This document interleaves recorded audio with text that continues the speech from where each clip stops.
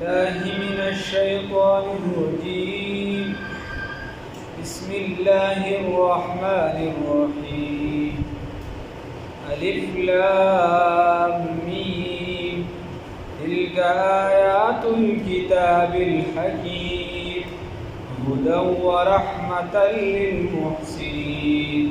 صدقت يا رب العالمين.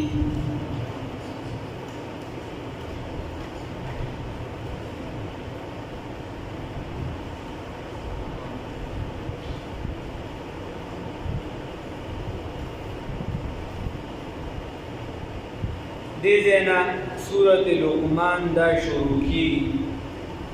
او سورة لقمان رسرکو کی براشی اللہ وَلَقَدْ آتَيْنَا لُقْمَانَ الْحِكْمَةَ أَنِ اشْكُرْ لِلَّهِ وَمَنْ يَشْكُرْ فَإِنَّمَا يَشْكُرُ لِنَفْسِهِ. لقمان حکیم سے نوم دی پاکی نو تسمیت الکل باسم الجز دا غید وجد طول سورت تا لقمان ویشوی. لقمان دا یو صاحب نو الله والا انسان بزرگ شخصیت او دا اکثریت د جمهور دا رائے دا مضبوط خبر دانا چې لقمان حکیم دا پیغمبر نو یو بزرگ انسان او بیا دا لقمان حکیم ووسو نو د دې په باره کې تاریخي روایات دومره مختلف دي چې یو خو د اصل د پیدایش نه یعنی چې کومه کیسې وغیره هغه محفوظ نه ده. اگر که خلک وي لوی سړی وغیره نو یو کس لوی سړی وي دا معجزه ده د دواړو جهانونو د سردار محمد رسول الله صلی الله علیه وسلم چې د هغې د پیدایش نه مخکې د هغې د مور او پلار ژوند د هغې د نیکونو ژوند د نبي کریم صلی الله علیه وسلم پیدایش د هغې وړوکوالي د هغې لویوالي د هغې د نبوت نه مخکې زندګي د نبوت نه بعد زندګي د هغې ارشادات د هغې حرکات د هغې سکنات دا ټول محفوظ دي. او ګوره نبی کریم صلی الله علیه وسلم یوه خبره کړې ده نو صحابو را نقل کړي چې دې ټیم کې رسول الله صلی الله علیه وسلم خوشحال دا خبره چې کوله دې ټیم کې چې دې خفه و دې ټیم کې تبسم کو او دې ټیم کې په سورلۍ باندې ناست و دې ټیم کې پیاده و دې ټیم کې مدینه منوره کې و دې ټیم کې په مکه معظمه کې و دې ټیم کې په اطراف و دې ټیم کې د ام هاني په کور کې دا ګوره یو یو څیز دا محفوظ دی د چا زمونږ او ستاسو د خپل محبوب صلی الله علیه وسلم. نو دا ګوره نن سبا د میډیا زمانه ده او هر څیز ترقي کړې ده خو بیان که د یو چا سره د چا ډېره مینه وي نو د هغه خبره کرانه کړي پلانکي ځای کې دا خبره کړې ده هلکه دلیل پسې د ویډیو پې دلیل ده که نه ویډیو یې شوې ده نو دا بیا نه شي ویلی چې دا د په حالت د خوشۍ کې ویلې غم کې ویلې وغیره ځکه هغه مینه هغه حد ته نه یې رسېدلی. یا ته د دنیا یو کس سره مینه کې نو د دنیا د یو عام بنده مینه دومره کمه ده چې هغه بله مینه نه برداشت کړي که بل کس پکې راځي نو ته بیا ځای نه ورکړي دا مینه دومره کمه ده بل بنده دا نه برداشت کړي. او د دواړو جهانونو د سردار صلی الله علیه وسلم چې څوک عاشق جوړ شي نو هغه وایي راشه تم را سره ملګری شه تم را. نو دا خاصه د نبی کریم صلی الله علیه وسلم چې د هغې هر څیز محفوظ دی. اوس لقمان حکیم صاحب دی د ده په باره کې دومره یعنی یو قول دا چلېږي مشهوره خبره ده عام خلکو کې او تاریخي قول هم دی چې لقمان حکیم صاحب چې دی دا حبشي غلام یو دا چلېږي او دا ډېره مشهوره ده.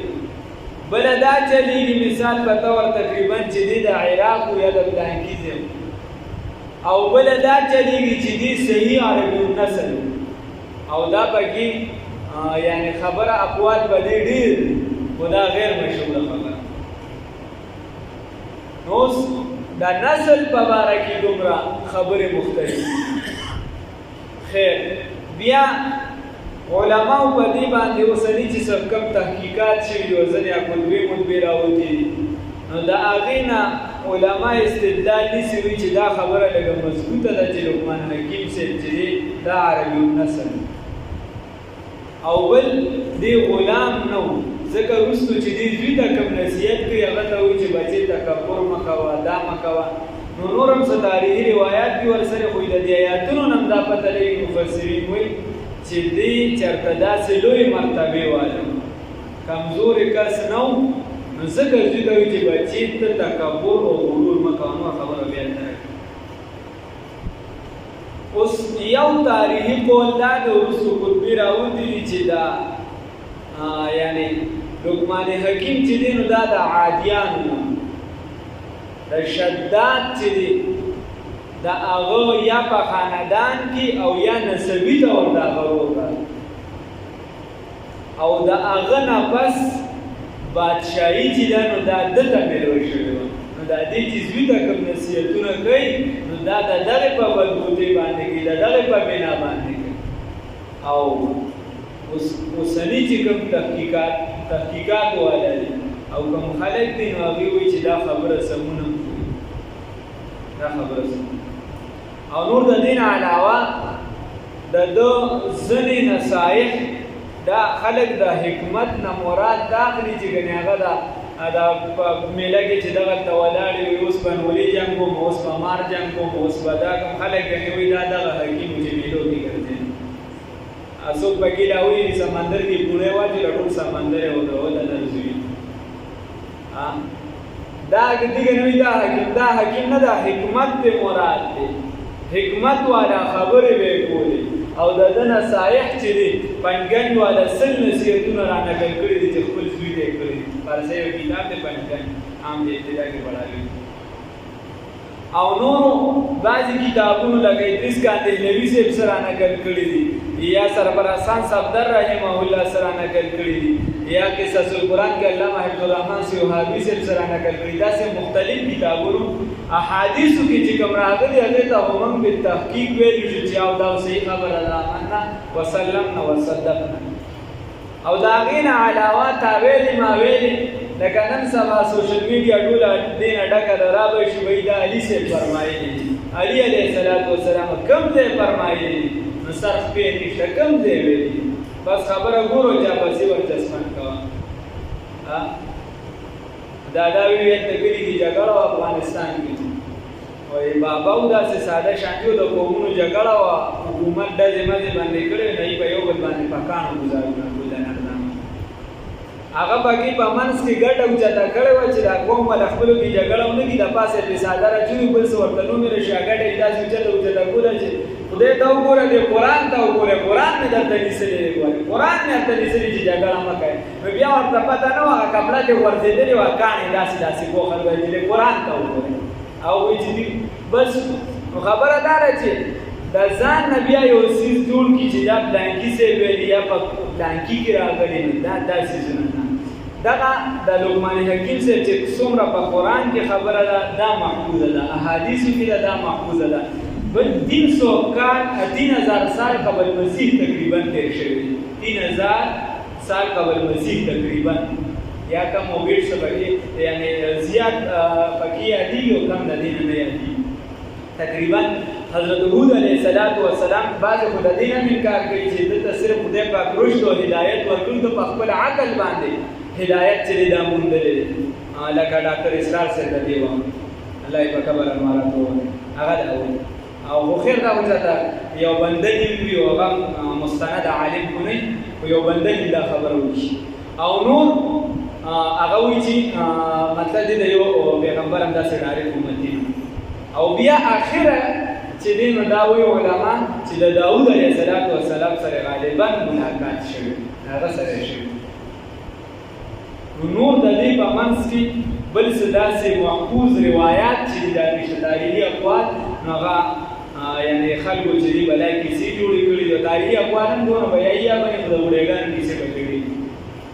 نو دغه صحیح نه دي دغه خبرې صرف محفوظ دي چې په قرآن کې دي یا بعضې چې دی احادیثو کې کوم دي دا خو بالیقین دي بلې کې شک نشته د هغې نه علاوه بیا نورو کتابونو که سره نقل کړي دي نو که مضبوط کس وي نو موږ به هغه ګمان واخلو او د هغې نه علاوه چې کوم دا فیسبوک مفتیان وایي یا چې دا په لاره کې دا حکیمان چې ګرځي بیا د خېټې د لاسه چې دی هغه وفات شو د خېټې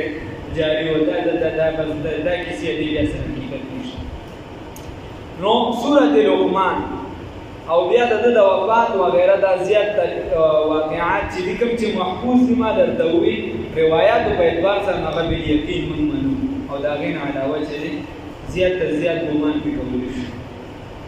سورۃ لقمان مخکې سورۃ روم تیر شو نو په هغه کې الله رب العزت مسلمانانو ته وفرمایي چې کامیابی به درکوو او که تاسو شرک نه کوئ. دې ته ربط بین سورتین ویل شي. تاسو شرک نه کوئ نو کامیابی به درکوو. او دې سورت کې الله رب العزت فرمایي دې کې ذکر د توحید دی او نفي د شرک ته علی سبیل الکمال. کمالیت ته دا خبر رسول د چې نفي د شرک کړی دا او توحید ثابت کړی. او بل خبره پکې دا ده چې نو دا صورت چې دې کې څه شي دې کې بل خبره دا نه چې د سورۃ روم کې تیر شي و دا خبره چې الله رب العزت فرمایلی اے مسلمان په دا ورځ نو یوم الذی یفرح المؤمنون مؤمنان به خوشاله وي. او دې صورت کې الله دا چې دا مؤمن به یسو سورت چې دا مکی په مکه معظمه کې را نازل شوی 30 آیاتونه دي پکې او 3 رکوګانی تقریبا نازل شوی د پس د سورت صافات نه 56 سورتونه د مخکې را نازل شوی وو 50 نمبر سورت دی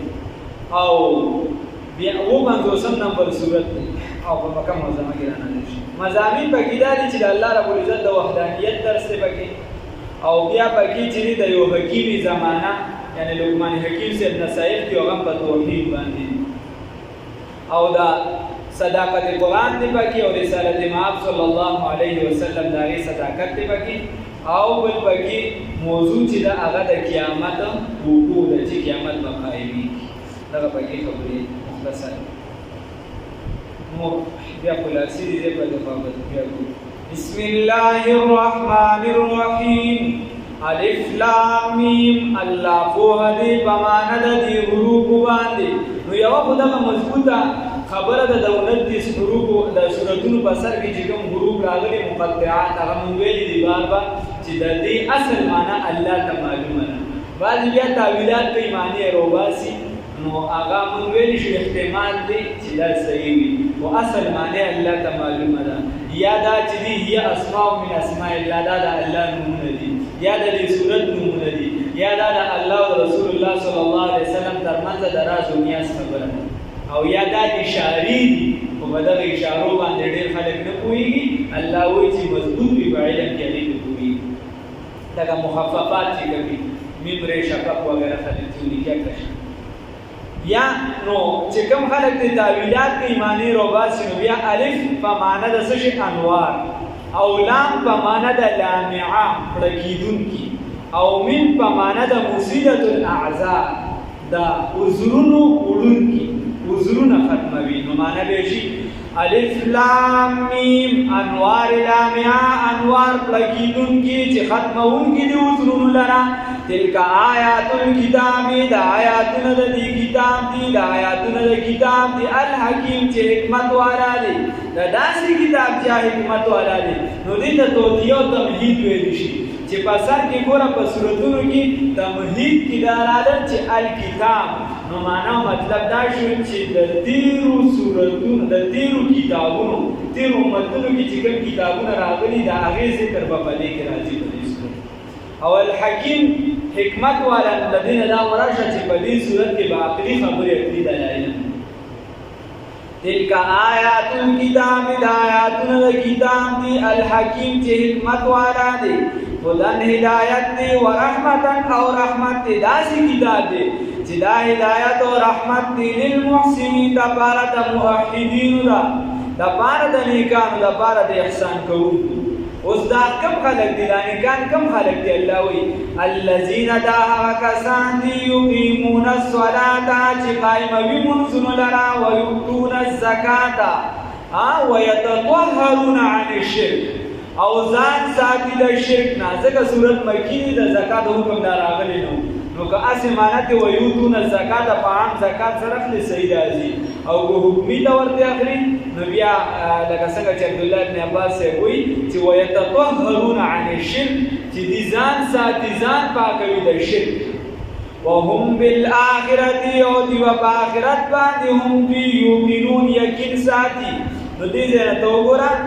دې ته ویل شي بیان د محسنینو چې د نیکانو بیان دی چې د احسان کوونکي کوم خلک دي. نو کاکا منځ به قایمې ښه منځ کې به اخوا دیخوا نه کوو الله دې راله توفیق راکړي. عمر رضی الله تعالی عنہ روایت دی وی دا هغه کس په اسلام کې حصه نشته چې څوک منځ نه کوي. الله دې راله توفیق راکړي. بل ويؤتون الزکات که عام زکات دی واخلي. نو دویم نمبر